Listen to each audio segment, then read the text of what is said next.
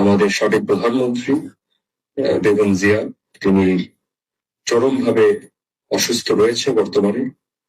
আমাদের সম্মানিত মহাসচিব তাকে দেখতে গিয়েছেন এবং আমরা বলেছি, সবসময় আমরা বলেছি যে দল মত নির্বিশেষে রাজনীতির একটা সংস্কৃতি, সৌহার্দ্যপূর্ণ একটা সংস্কৃতি থাকা উচিত এবং আমরা সকলে সাবেক প্রধানমন্ত্রীর জন্য, বেগম জিয়ার জন্য, তেনার সুস্থতার জন্য আমরা আল্লাহর দরবারে আমরা দোয়া করি এবং এই দ্রুততম সময়ে সুস্থ হয়ে রাজনীতির ময়দানে ফেরত আসুন এবং বাংলাদেশের যে সৌহার্দ্যপূর্ণ একটি শান্তিময় একটি রাজনীতি পরিবর্তন থাকে সেটা আমরা কামনা করি।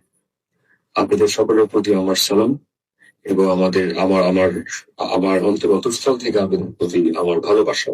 যাকে পার্টি একটি আদর্শ কেন্দ্রিক পার্টি, যাকে পার্টি কোনো ক্ষমতা কেন্দ্রিক পার্টি নয়, আমরা ক্ষমতা লিপ্স হয়ে আমাদের আদর্শের একজন পরিমাণও আমাদের পরিত্যাগ করার আমাদের কোনো সুযোগ নেই। বিধায় আমি মনে করি আগামী দিনের বাংলাদেশ হযরত শাহজালাল, হযরত শাহপরানের বাংলাদেশ, আগামী দিনের বাংলাদেশ খাজা নাইপুরের বাংলাদেশ, আগামী দিনের বাংলাদেশ ঈশ্বরী কাজা ফরিদপুরের বাংলাদেশ, আগামী দিনের বাংলাদেশ মোস্তফা মির ফাসলের বাংলাদেশ, আগামী দিনের বাংলাদেশ ইনশাআল্লাহ জাকের পার্টির এবং গোলাপফুলের বাংলাদেশ।